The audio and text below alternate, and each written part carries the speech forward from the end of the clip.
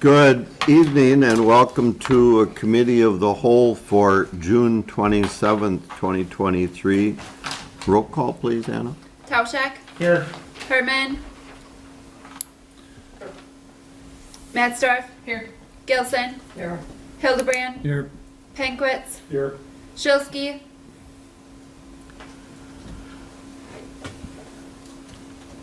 Nelson. Here. Let the record show we have a quorum. Next is Chair will entertain a motion to approve the minutes from March 28, 2023. I'll move to approve the minutes from March 28th. We have a first. Do we have a second? We have a first and second. All in favor, say aye. Aye. Opposed? Motion carried. Thank you. Moving on to item 3, conduct strategic planning session number 1. I'll turn it over to Administrator Blakesley and tell us what you have. Sure. So tonight we're going to conduct strategic planning session number 1. So strategic planning was identified as a priority as part of my work plan 2023 to 2025. So in April, we did have a strategic planning services agreement with CP Squared Consulting. Corey Plash is here tonight. She is our lead consultant for the project.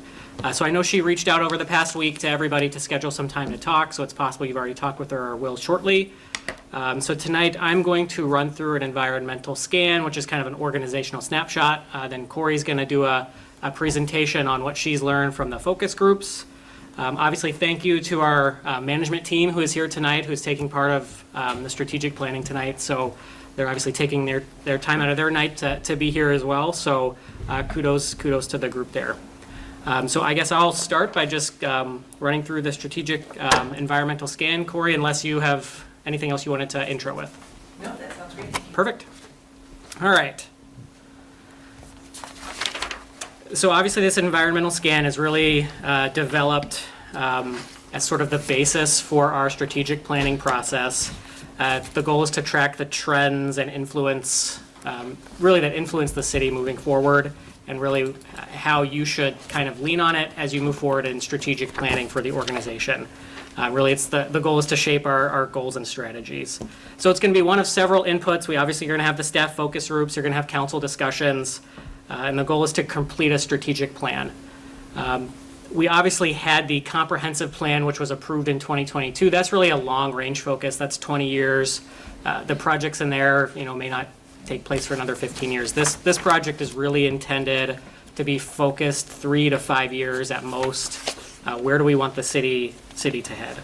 So in 2020, Brian Jurgis started a strategic planning process that really kind of just got kicked off kind of internally, and it never really made it to the council level for approval.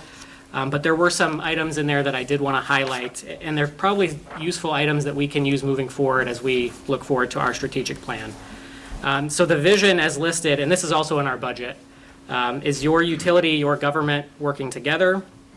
The philosophy is to serve as one seamless, efficient government organization by sharing people, resources, and expertise, and when appropriate, seeking public-private or public-private partnerships in order to ensure the most efficient and effective service delivery. And the mission, we provide safe, reliable, and responsible utility services and traditional local government services now and into the future. So I think those are just things to keep in mind as we're going through our strategic plan. Are these really our vision, philosophy, and mission that we want to keep? Are there any adjustments that you want to take? So the 2020 draft plan really focused on 4 priority areas. The first is customer service, and I would probably add to that moving forward communication. Financial stability, I think that remains a focus of council and of staff and of the community moving forward. Efficient operations, and maybe add to that best practices. Employee learning and growth, and then one that's probably going to be really prudent moving forward is economic development and housing, and I think some of that's highlighted here in the environmental scan.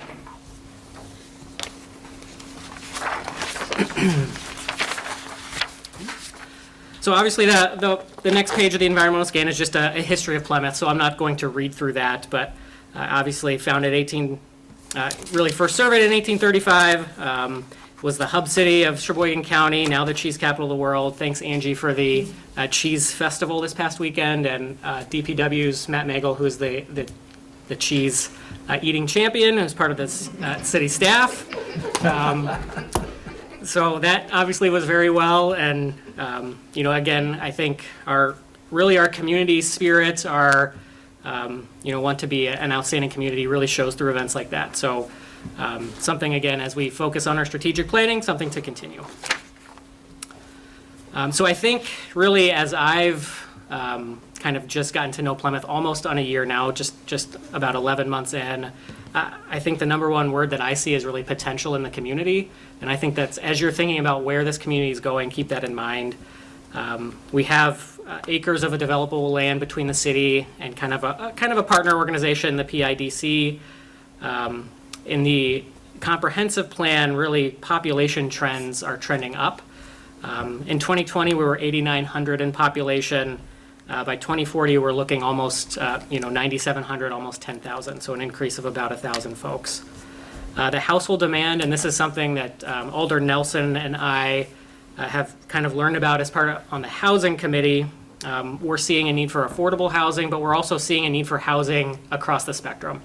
And that's something that one of our committee members who works at a large organization here in Plymouth is noticing. It's not just affordable, it's not just housing on the upper end, but housing all throughout Plymouth is something that is desperately needed.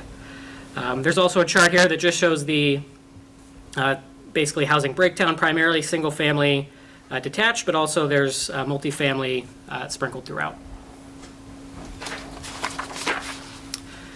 Moving on, I think it's easy to say that housing development has slowed. A lot of that is, 2008 took a toll on the housing builders. So we do have 119 homes since then, but primarily all the homes are prior to that. We do see, more multifamily being built, 2015 to 2019 versus the year 2000.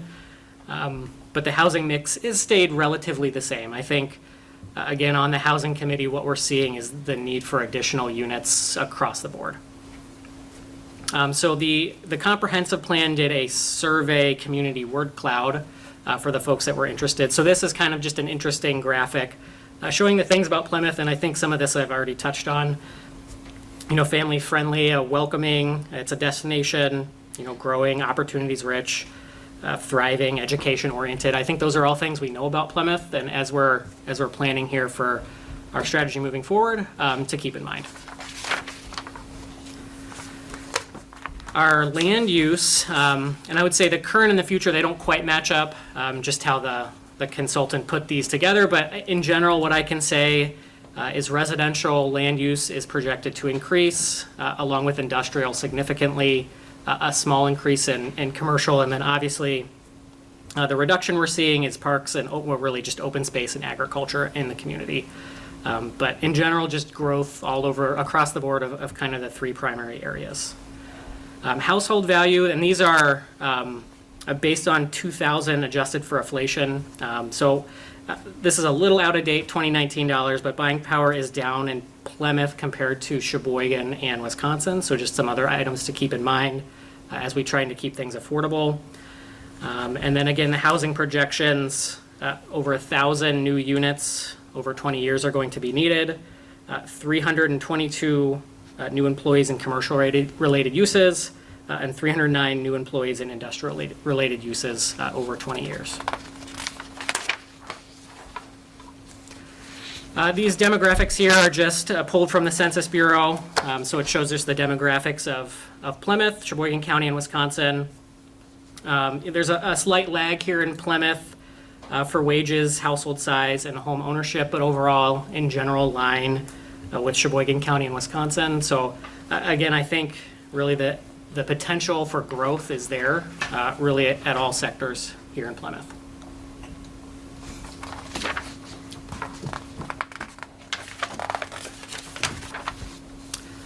Just an internal overview. I think everyone knows our department heads here that represent our various departments throughout the city. We have the administration department. Our assessor is currently contracted with Associated Appraisals, so they do a nice job there.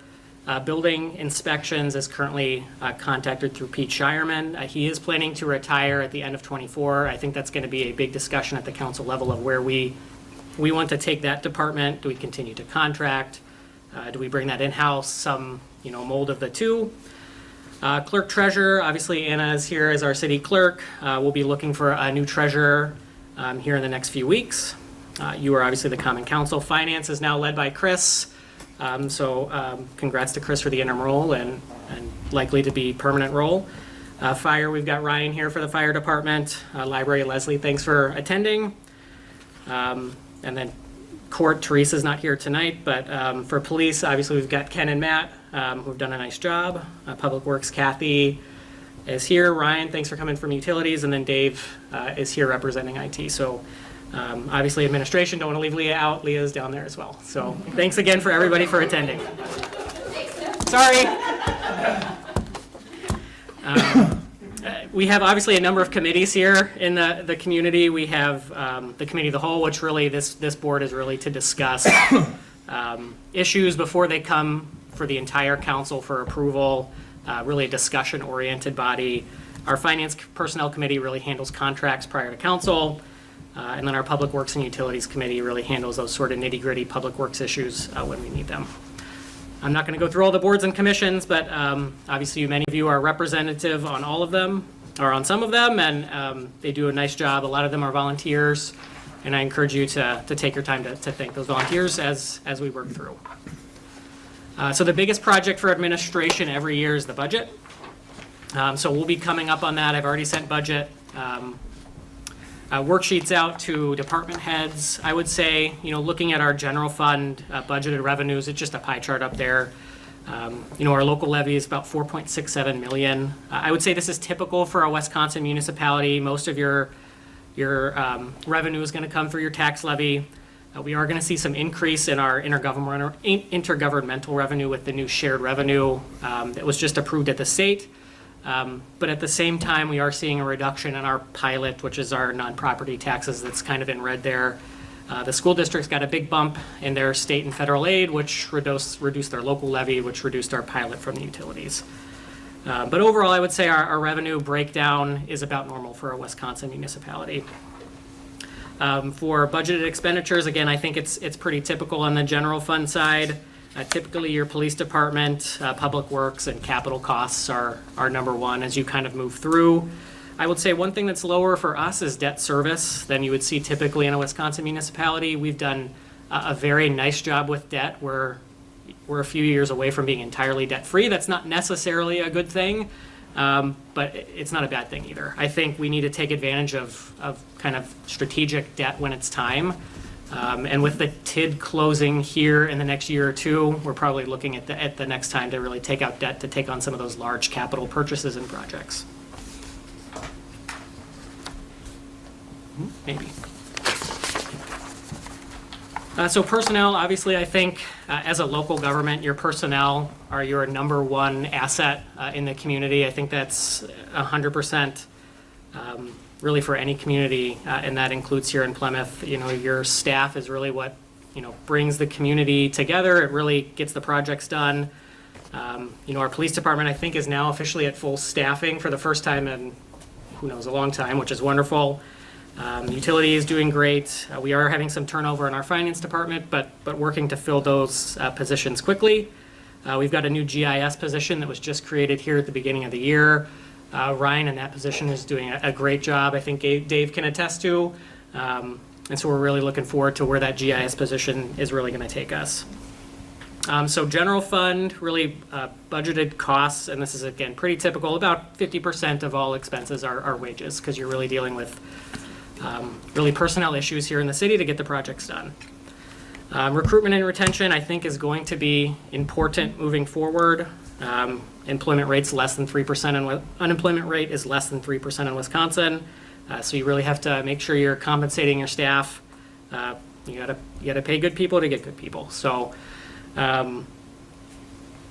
seasonal staffing, luckily this year, I think an example is that is we raised wages for our aquatic center, and we were dealing with significant staffing issues there. And this year we're about as staffed up as we've been in a long time. I think that's right. So Same thing with the golf course.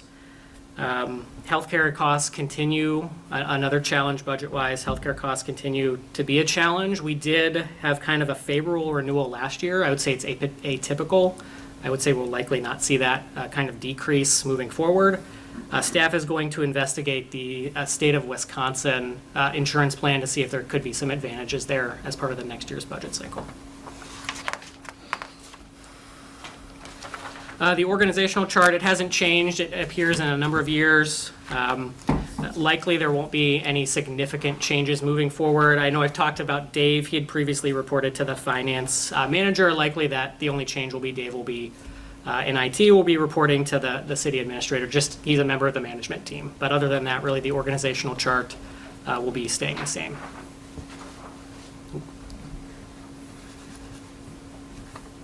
All right, maybe.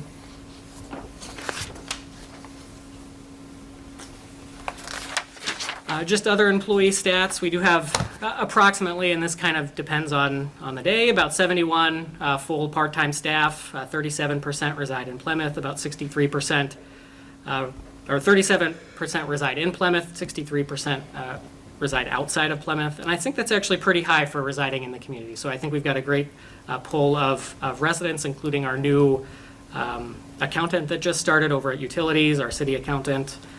I think tenure, and age are all about typical. I would say we're a little younger age-wise, which is good, although we are going to have some retirements in the near future that we are going to be dealing with. And I think as part of the budget and strategic planning, it's one of those things we'll be talking about. City services, just some stats for your information, and I think some of these will probably just continue to go up. Police calls are up over the last 3 years. Fire calls actually down. Building permits up, housing is down, but that's again an issue we're dealing with COVID. Building permit valuation is about the same. Water utility customers is up, electric utility customers is up, and then just some other information of DPW Public Works stats.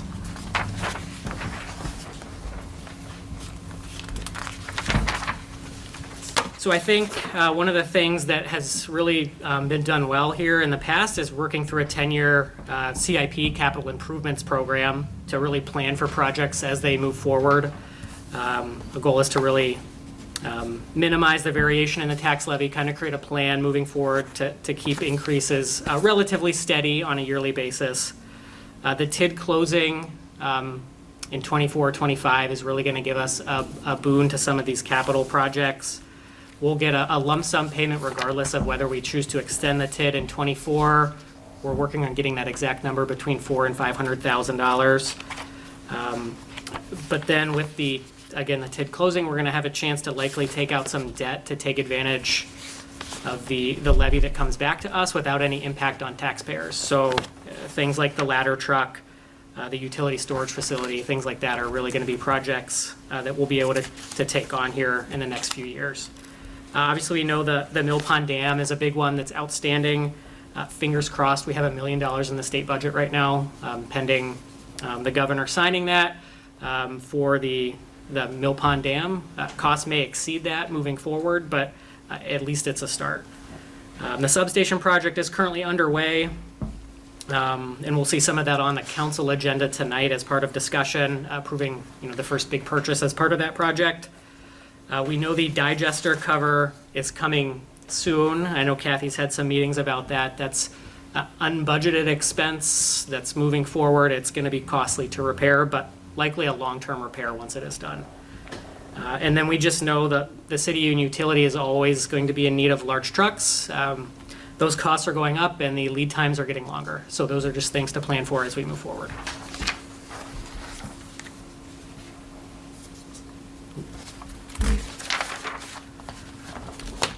So then we've had some serious financial policies, updates, and projects that have happened over the last 10 years.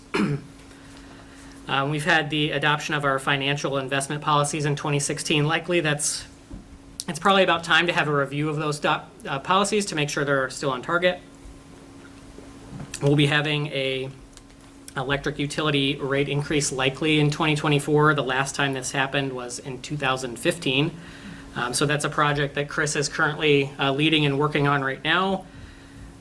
You may have seen increases in your power bills, but that's really purchase power that's passed through the utility. In 2022, we did achieve a credit rating increase, which again will be hugely important as we take out, new debt and new bonds. And again, we've already kind of talked about the TID closure. The recruitment of the finance director, that kind of is old from older edition of this. Review of levy limits and debt capacity, we'll be doing that here at the meeting at the end of July. Ellers will be coming in and giving a presentation to council on that. And then we've really used most of the ARPA funds, but we do have a little bit left there, about 20,000 or so that can be used for some smaller future projects. Just trends in finance for the community. We've got about a revaluation that happened last year across all properties, a 28% increase, which was pretty typical for Wisconsin in the area. Our net new construction does remain low. We were at 1.12% last year, which without other debt issues, we would have only been able to raise our levy about $47,000. So that's a challenge moving forward. The more growth that we have, the greater our net new construction and more projects that we can do. General fund balance is healthy, which is obviously great news. At the end of 23 is should be about $3.1 million. Personnel, obviously, it's a competitive hiring market. And so I think in the next few years, a market wage study is probably going to be necessary to make sure we're being competitive. The last thing we want to do is lose a good employee to a local municipality nearby. Tax rate, I think we're trying to educate the difference. Obviously, the tax rate dropped because of the revaluation, but values are up. So we're trying to educate the public on that.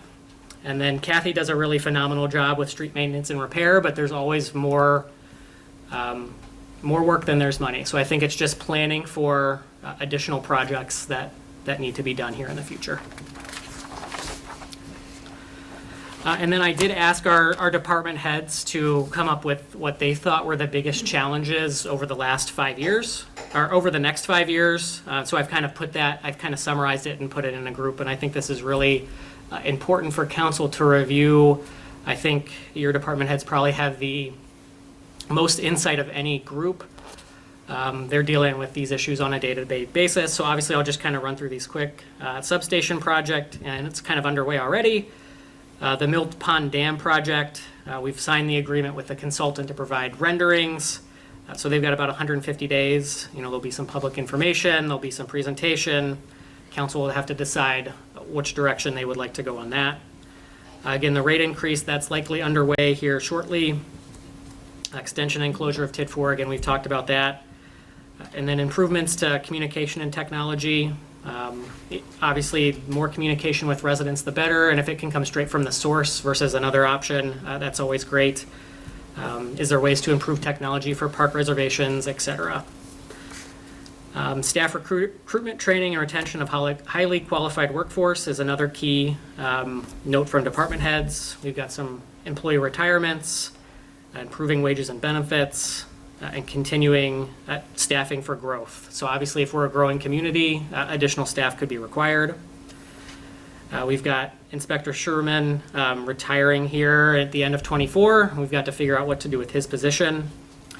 And Ryan also noted the volunteer shortage in the fire department. So that's going to be something that we also need to address here moving forward. Community-wise, really trying to from the department heads, maintaining a small town environment and feeling of the community, and really looking in the downtown as to what core services and businesses are needed, and focusing our economic development efforts that way. Keeping our unique relationship with natural resources, looking internally at our EMS service, and deciding sort of how do we move forward with that. Changing technology at law enforcement. We've already touched on really community housing and transportation, and then just continuously keeping up with equipment and project costs and needs. So obviously that is a lot of information thrown at you all at once, but I think it's sort of a good packet that you can have on hand as we're really moving forward through our strategic planning efforts. And again, I think those last page bullet points from the department heads are really keys to focus on moving forward. So with that, I'll turn it over to Corey. Awesome, thank you.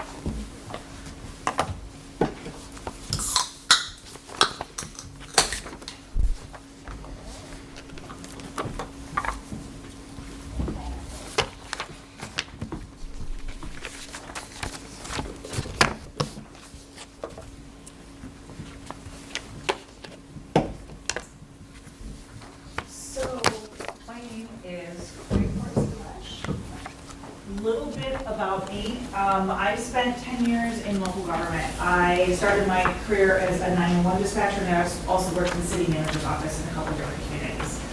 I used to run the Wisconsin City County Management Association, so I love local government. I love Wisconsin local government.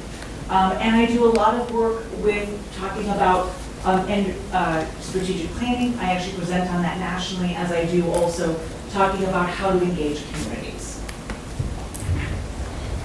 So I want to talk a little bit about a focus group process. So focus group, it's a small group discussion led by a trained facilitator. So it's used to gather in-depth information about a community's thoughts and opinions about a designated topic. And in the case of City of Plymouth's focus groups, it was about strengths and challenges and ran about 90 minutes. So the data is best understood when we group it into similar themes, which is what you'll see in a little bit. Sometimes things can kind of go into a couple different categories. So I'm going to give you an example. We're talking about speeding. Is that a road issue or is that a public safety issue?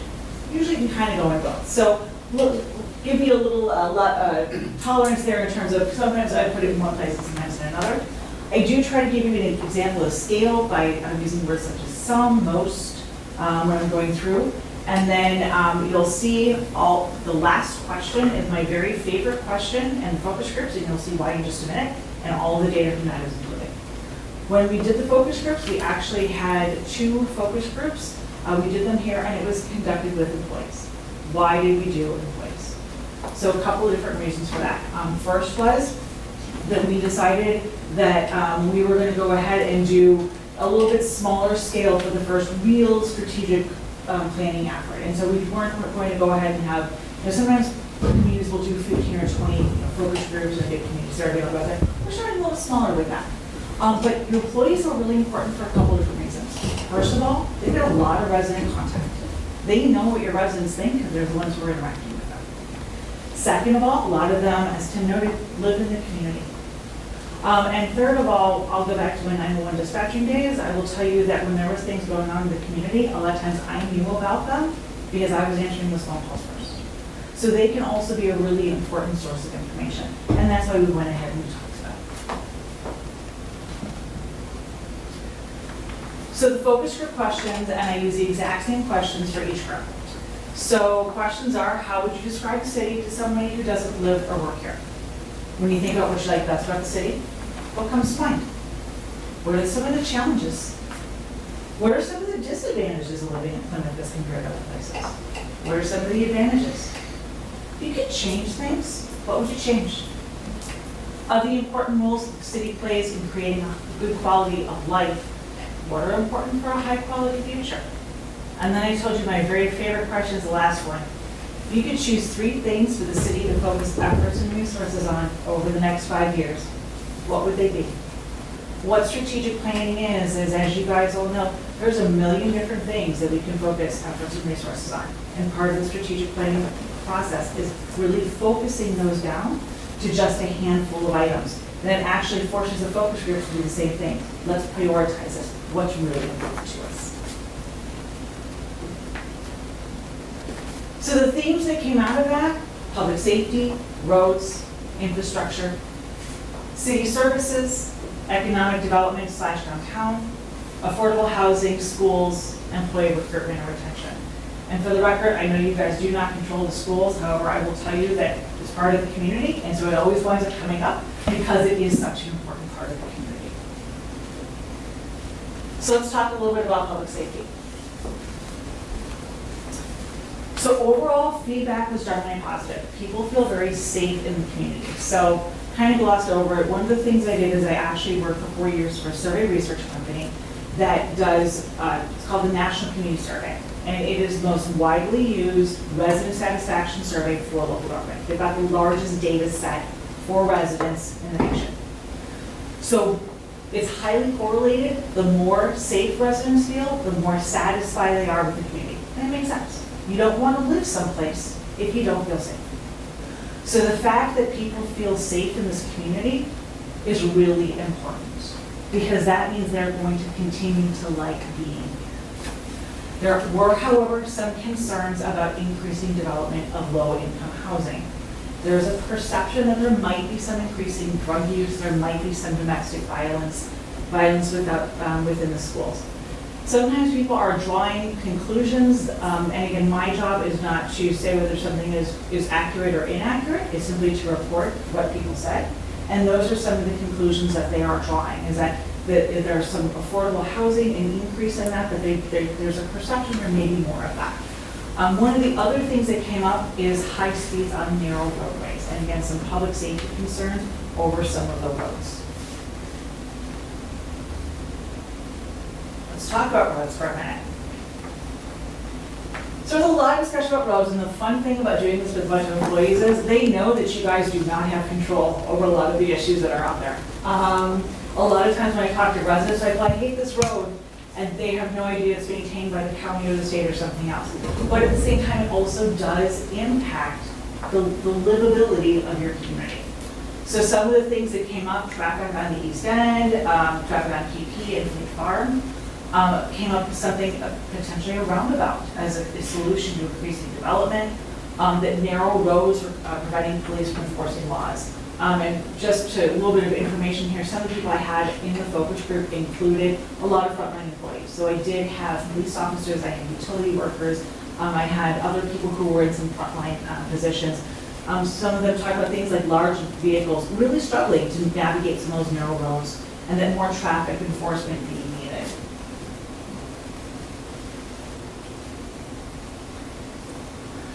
Infrastructure, everybody's favorite, right? So everybody said they were really happy with the layout and the amenities. It's a gorgeous community. It really is. I enjoyed coming in and driving around. It's a beautiful downtown, and they talked a lot about the beauty and the green spaces being one of the most valuable things about communities, and one of the things that attracts people to come in. Fixing of the dam, which Tim has already discussed, is a concern, as well as the fact that the rivers need to be cleaned and maintained. Some of the things that they were talking about is an increase in trails and other walkable paths, and I'll tell you that is one of those things. I travel all over the place. I've worked in the last 6 months in Wisconsin, Minnesota, Illinois, Tennessee, Washington State, everywhere. People really want to be able to get outside more. They want to be able to have walkable communities, and I've heard a lot of that same thing in Franklin. Being able to get out and really enjoy the beautiful landscape that you have here is important. And then also the revival of East Avenue. What's East Avenue? I guess Eastern Avenue. Eastern, Oh, assuming, Yeah, and I sometimes I don't have, sometimes I'm going to depend on you guys to know some of that, but I'm going to change that for the report that I give you, so now you know what I came with pencil and paper. So let's talk a little bit about city services. So more activities for Plymouth's youth, particularly teenagers, was a source of discussion. So apparently there was a youth center at one point in time, a discussion of a youth center, something like that, but there was this need expressed that there was something for teenagers to be able to do, that there really was this gap there. They also were talking about things like public transportation and other resources, particularly for the elderly, as something that they really saw a gap. Apparently there is, electric services are outside of the city limits, and so they were talking about bringing them in, but then also electrical services are provided outside of the city limits, and sometimes there's not representation. So there was just a lot of conversation about making sure that there was representation in terms of electric utilities. I'm getting some confused looks, and like I said, sometimes I don't get all of the nuances because I'm not from Plymouth, but what it sounded like is that you guys provide services outside of the city, and maybe there is not as much representation from those people when it has to do with the utility services. Does that make sense? Okay. Yeah. So the electric utility, most municipals, the municipal utility serve just the city limits. So I think that might be that all the folks here regulate the utilities and decide what we do in projects or things like that, or have a say in how the utilities ran. Yep. Where the other 9 townships or 10 townships we serve, have no representation. I think that might be what someone's coming from. Okay, got it. So the services are being provided, but they don't really have a say in any of that. Okay. That's what I'm guessing. That lines up with what it hurts. And then, the other thing then is that there was, better broadband connections in certain regions of the city rather than others.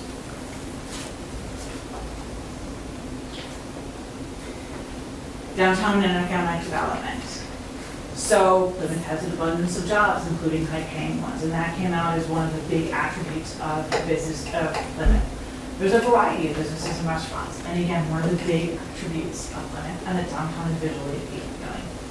One of the things that came up is they really enjoy mom and pop residents, businesses, and really would like to see as many of those as possible downtown. It was funny, retention of green space. Some people are saying, you don't really need a lot of green space downtown. I'm like, we could really develop it, it'd be okay. So I did not get from that group a real sense of direction in one way or another. I didn't, there's definitely seemed to be a mix of opinions. However, something that did come up a lot is quality childcare. That is something that is really impacting residents, is the ability to find quality, affordable childcare. And that is seen as one of the things that's really impacting your local workforce.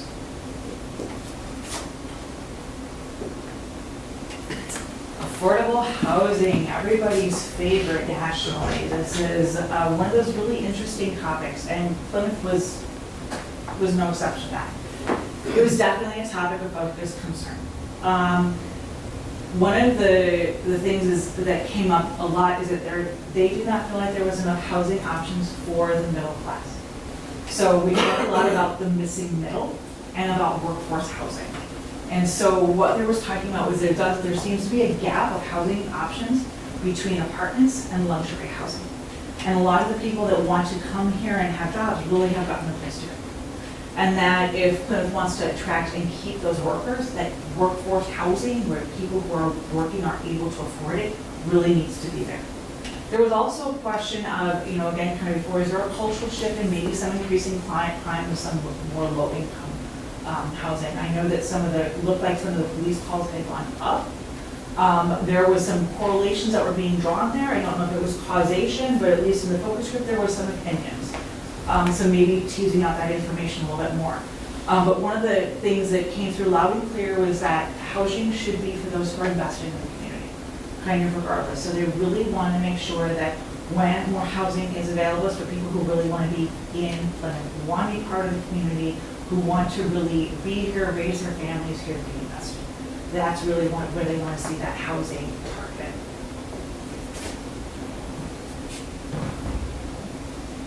Schools. There were some perceptions that there was some improvement needed at the schools. Again, increasing drug use, there was increasing violence, and that there were the need of more trade and skill building as academic options. Again, to keep on giving additional options for young people there. Employee recruitment and retention, I will tell you, just looking at the numbers that Tim had, you guys are in better shape than most of the communities that I work with. A lot of them are really skewed with having a lot of significantly older workforce. The community I was just working with in Tennessee all gasped when they figured out that 40% of their workforce was eligible to retire within 5 years. So you guys have definitely got some retention. You've got some retirements on the horizon, but this is a real problem because some of the things they noted is it's hard to find qualified workers. Younger workers are more likely to leave higher wages, and culture is important, and a healthy culture should be a priority for the city. And then if it works, don't fix it. Not all change is good, and that you really need to make sure that, especially when we're looking at things, that we're making sure that we are prioritizing those things. Again, things that are broken should be fixed, and things that are working well, departments that are working well and stuff should be able to do what they do. So 3 priorities for Plymouth. So at the end of the focus groups, participants were asked if you could choose 3 things for the city to focus efforts and resources on over the next 5 years, what would they be? And again, it forces them to narrow the priorities. So what I do is, I tell people, even if somebody else says it, I'm actually gonna go and tally everything. So I always want the 3. What I tell people is, I won't take 4. I don't really want to, but I'll take 2. My goal is 3. And everybody actually did give me 2 or 3. So we went through and we tabulated them at the end. The top 3 responses then are going to be highlighted in yellow, but this is everything that came up when we forced them to prioritize it down to just 3. So under public safety, things like finding a way for people to slow down, keeping services up, people won't come here if they don't feel safe. Acknowledging and dealing with drug issues, theft was an issue, and then more community involvement with public safety so we can build relationships with the community. Economic development, making sure the downtown, the city is affordable, a layout, you can get a picture, spreading the world about what Plymouth has to offer, and then improving Eastern Avenue, and that's Eastern here, so at least I got it in one place. And one of the comments was, it's not pretty, but could you better? A worthy hardware store, retaining the current workforce. And in this case, it seemed to be less about the city and more about the community in general, to make sure that the people that we have here stay here. Maintaining culture within that small town community type feel that we kind of talked about a little bit earlier. And actually, I'm sorry, this other one should have been moved, about better job descriptions. That was clearly something about the city, and that should have been moved. That was a city one, they need better job descriptions and roles and know how they can advance. So I may have copied and not cut that one. So housing, develop smartly so that all sorts of people have places to live. And again, that goes back to that workforce housing. A lot of, I keep on joking that by the time I leave the community, everybody knows the word workforce housing. Because a lot of times it's not the affordable housing, it really is that workforce housing. Infrastructure, maintaining resources, right? Protecting the things that make the city great, like the downtown, natural environment, things like that. Better schools, keeping the historically significant things maintained, and then connecting the east side with a walking path. Youth centers, something like that, again, kind of going back to that teenager, that there's a need for that. And being judicious when looking at city property, making sure that we're planning for the future and things like that. Keeping up on technology, better pay for employees. Again, I apologize, I switched it in the report and I may not have switched it here into a retention and conclusion, so my apologies on that. So, in summary, lots of really good things. We talked a lot about infrastructure and again, that affordable housing, but a lot of really good things. But it's kind of funny, Tim started this out that, what did you say, Tim, when you started this, that if you were talking about what you saw with Plymouth, that you saw what? Oh, potential. Potential. Yes. Actually, what I got out of the focus groups is they saw possibilities. But very nicely bookended there, I think.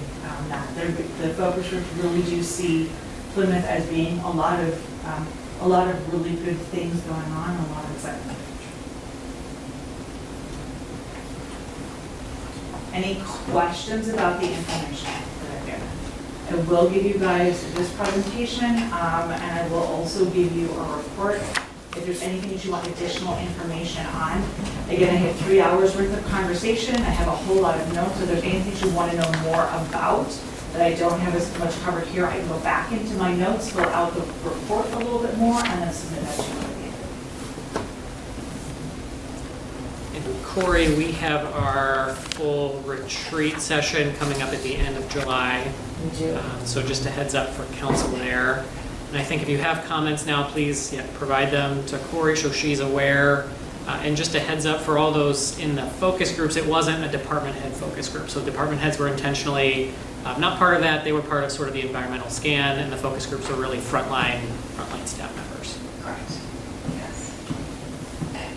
And just since you mentioned real quick, just to kind of go ahead and give you an idea of where we are on the project schedule for the strategic plan. The focus groups were the 16th. Village trustee interviews, again, I've reached out to everybody. Strategy session 1, if you look at your calendar, we're doing that right now. That SWOT survey, you will be getting that right before the retreat. I want to talk to you a second about that. I do that intentionally in advance, and here's the reason why. First of all, it's just a timing thing. If we do that in advance, it's going to cut about an hour off of that retreat. Nobody is going to argue with me normally about taking one less hour to get through that process. Also, some people really need some time to kind of think that through. And it allows people who need a little bit of time to really kind of think about that, the time and space to do that. So you will get a link to go ahead and to fill out that SWOT survey. It will be done, we'll do that both for elected officials and for department heads, but we will have those answers separate. So we'll be able to look at them. Sometimes elected officials have got a slightly different perspective than what staff does, and so we'll be able to kind of look at that. But those will be coming to you in the next couple of weeks, and Tim and I will coordinate that. And then, as Tim mentioned, we will be doing July 26th, we will be doing that retreat, and then you can expect to see that draft report in September.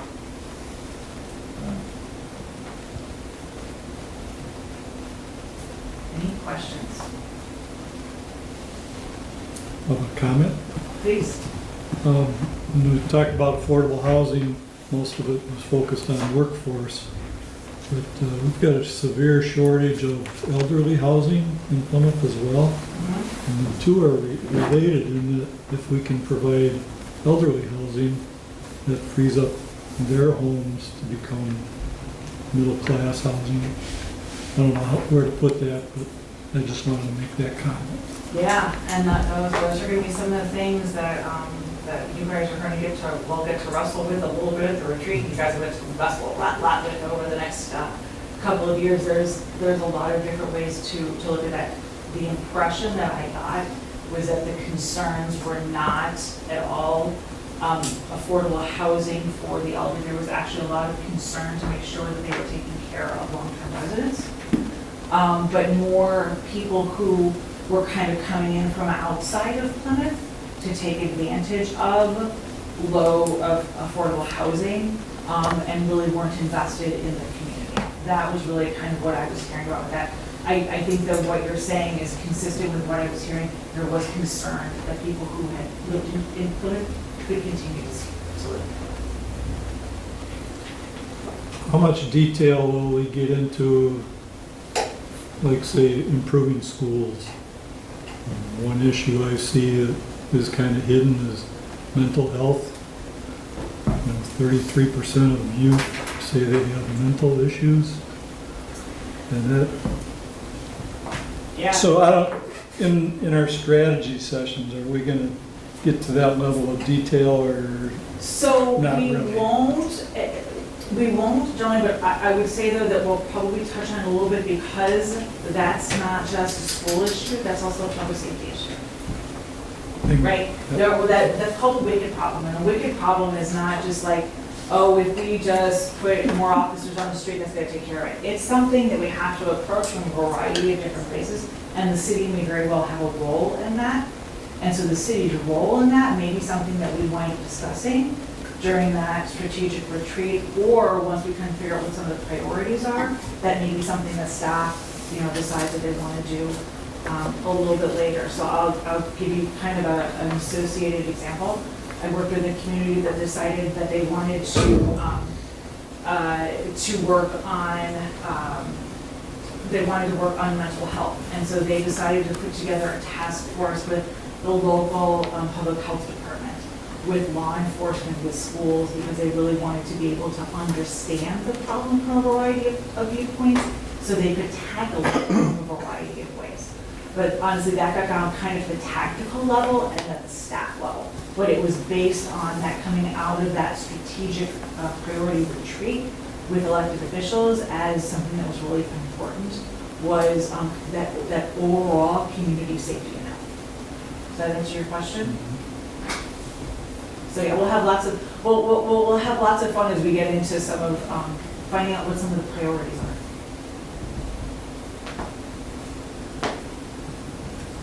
Mayor, council, anything else for Corey? Obviously, Dave and Bob are virtual. Obviously, let us know if you have comments. But otherwise, that's basically it for session 1.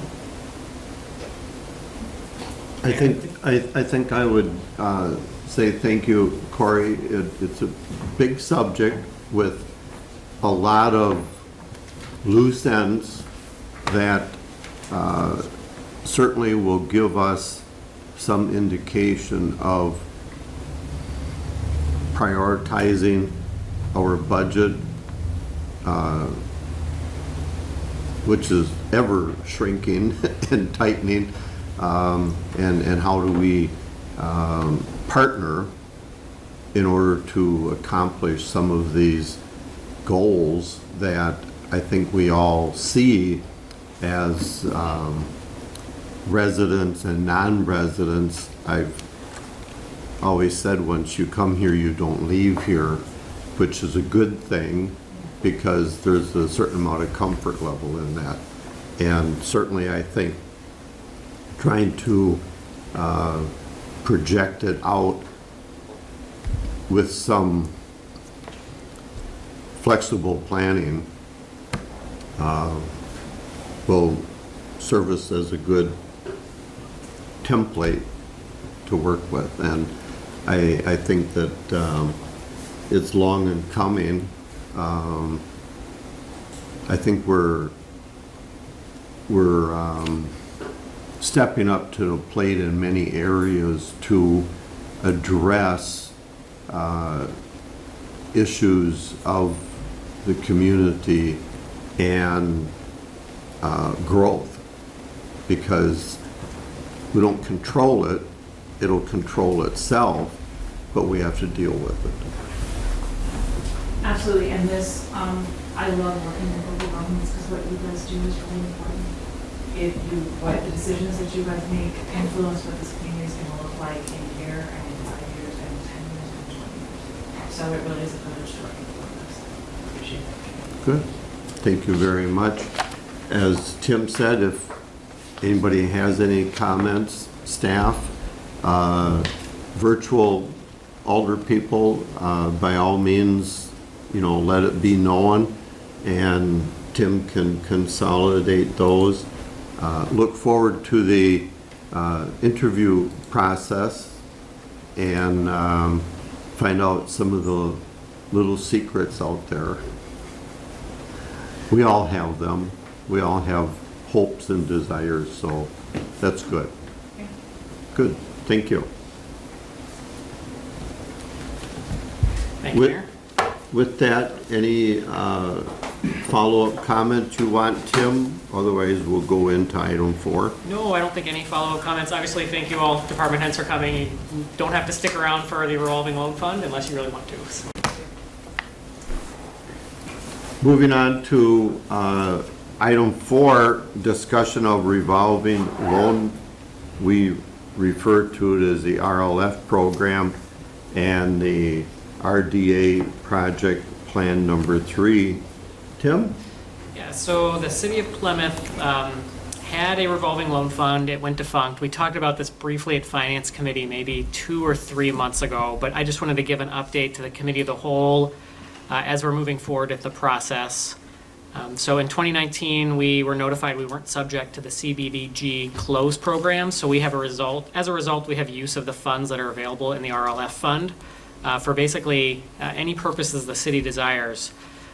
The city Finance Committee at the time did recommend moving forward with recreating a revolving loan fund for business recruitment and retention. Currently, the fund balance is $2.4 million, with $1 million currently available for loans. The city did initiate, the reason it's $1 million is the city did initiate a loan from the RLF to TID5 for the construction of East Clifford, which is coming under construction now. That will be paid back to the TIF by 2028, or to the RLF by 2028. And there's another about $500,000 interfund loan to TID4, which will be paid back next year. So over the past several months, I've worked with city attorney and Brian Dunna with the SCEDC, and then just most recently with the RDA to develop our new revolving loan fund program. I'll just kind of go over the highlights, but in general, it's to promote development and redevelopment here in Plymouth, commercial, industrial, for blight elimination, prevention of housing, as well as again, commercial and industrial. So the interesting thing that we're working here in the city is that an RLF program is not specifically identified as an item that the city can make loans for in state statute. So as a result, the city is using the RDA, and they have basically agreed at the last meeting to host the program for the city, but it will be funded and managed by the city and the RLF committee. So the Common Council will approve the RLF committee, which will include an RDA member, and then upon RLF committee approval and Common Council approval of a loan, the RDA would enter into that loan agreement. So we're kind of using the RDA because they have the ability to make these loan agreements with businesses or organizations that are requesting loans. And the city will basically be able to take advantage of creating a new RLF program where we're in control of our RLF money here on the city side. As part of the program, the RDA has to approve a redevelopment project plan. So the RDA project plan number 3 is attached. The goal of this plan was to keep it sort of as broad in scope as possible to allow as many organizations as possible to apply for RLF loans when they're able. Each one of these loans is discretionary, so if it comes through to the RLF committee and they don't see the value in it, one approval of a loan does not impact another approval of a loan.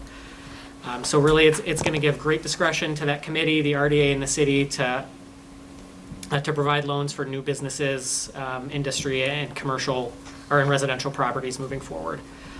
So I would say again, by being broad, the project plan includes all parcels labeled commercial and industrial in the 2022 comprehensive future land use map.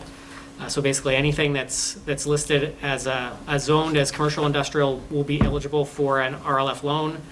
And then also any residential parcels that are currently undeveloped or agricultural in the future land use map will be eligible for RLF development. Again, the goal there was to just create the broadest possible options for organizations coming in for revolving loans. So tonight we're really just talking about any potential questions or concerns from the committee. In general, the next step of this project is to bring forward a public hearing at the July RDA meeting, which is July 13th. They'll have that and then be able to approve a resolution basically approving the RDA project plan number 3 and the loan manual, and then following that it would come to the Common Council for final approval. So again, just wanted to give a brief update here tonight, but if you have any questions or concerns about the revolving loan program, now is the time before we bring it forward to the RDA for approval. Tim? Yes. What's going to be the interest rate? So the interest rate will vary based on the committee's recommendations. Typically, it's a couple points lower than what a bank is offering as an incentive. So is it going to be an interest rate determined by income as well? I think that could be a consideration of the committee. I think it's intentionally, again, the language is intentionally broad to allow for financing options basically open to the committee. I think the goal is to obviously generate some interest revenue off of this, and that's how we have such a nice pot of funds to begin with. The revolving loan fund was successful. So to continue that moving forward, but being a source of financing for those that may not be able to get all of it at the bank. I think with our lead pipe thing, we set it up that way as well. Interest rates varied according to income. Yeah, I think we can take that into consideration as, the committee can take that into consideration as loans are offered.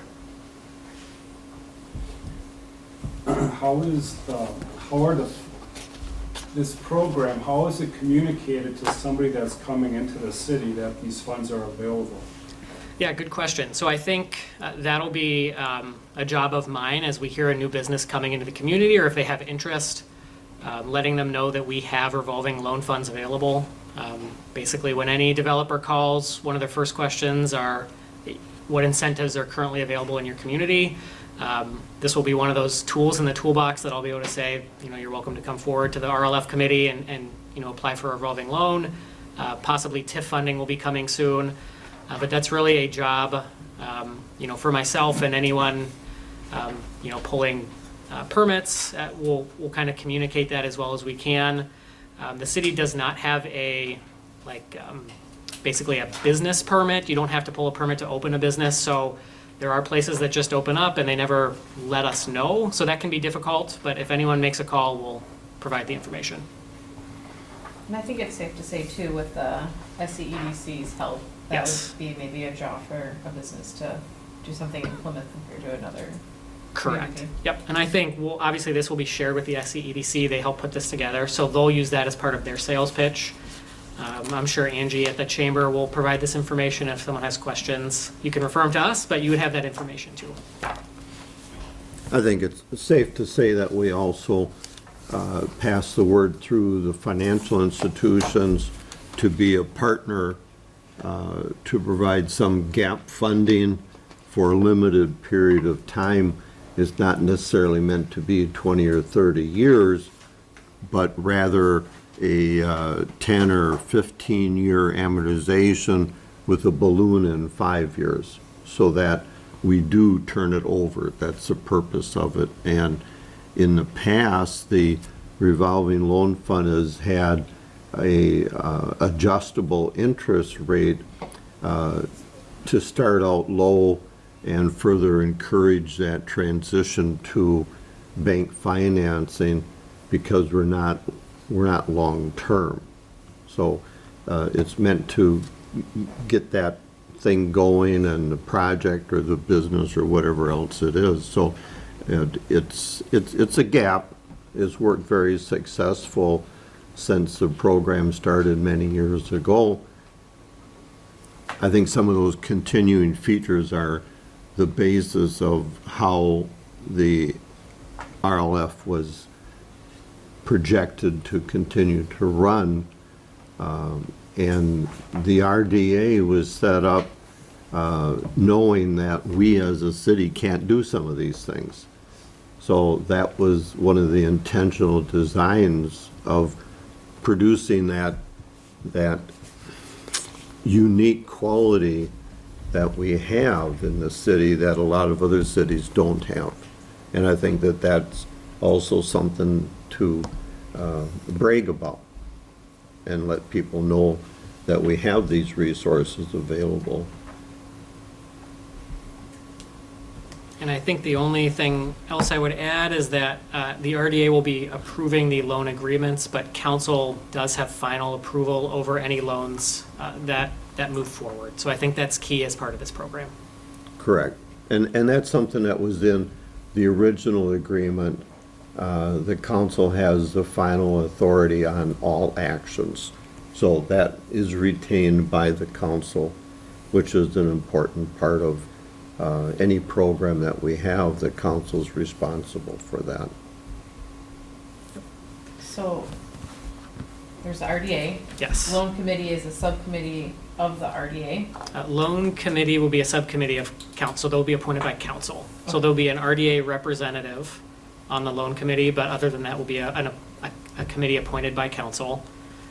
So the loan committee first makes a recommendation to council. Council then approves the loan as presented by the committee, and then the RDA is able to enter into a loan agreement with the individual. So it's a little bit complicated, but basically it's the only way to do it through state statute. And then the loan committee has some RDA people. Correct. Some city appointees, Okay. yep. And then council obviously gets final approval over the loans. Okay. Yep. There'll be public members on that as well. So there'll be So Tim, like- is council approval just a simple majority, or is there like a super majority that is necessary for this? Yep, so it would be a simple majority approval of a loan from a recommendation from the committee. And then Angie's question, I just pulled up the list of the committee here. So that the mayor is a member of the committee, an RDA member, and then 3 public members appointed by the mayor and approved by the council. It's all spelled out in this paperwork we were given. Correct, yep. Dave, did that answer your question? Yes, thank you, Tim. Okay. We don't need an action tonight. It's just a discussion item for the committee. This will be back to council for final approval at the end of July. After RDA adopts it? After RDA adoption. Correct. Yep. And there too, Dave, as the newest member on the council, the council has final authority on all issues. So it'll come to us after the RDA. Yep. Okay, thank you. The way I took it from Tim, it's gonna come to us before the RDA. So It's for. gonna be the committee. Yes, so when we're talking about the actual loans, it would go to the committee, then council, then RDA will enter into the agreement. When we're talking about the program being approved itself, the RDA, so two separate items. So the approval of the project plan and documents in front of you will go to the RDA first, and then to the council, but that's just the documentation, not any actual loans. Finished product. Finished, yeah. So it's a little bit convoluted, but we're making our way there. But other than that, that's what I have tonight. It's safe to say it's always fun dealing with state statutes. You learn how to do the limbo real quick. Yes, credit to Attorney Feber, who's really provided a lot of guidance on this. Yes. And a difficult task of trying to figure out who's on first. So it's taken a while to get here. And I know we have applicants already in the pipeline. So there's a lot of interest on this, and we certainly hope that it continues to be as successful as its predecessor under the federal guidelines, and now we're under state guidelines. Yep. So we call it defederalized. So with that, thank you very much.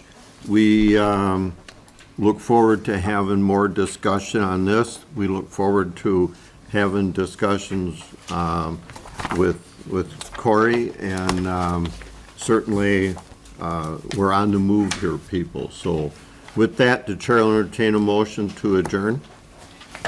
Motion to adjourn. I'll second the motion. We have a first and a second. All in favor, say aye.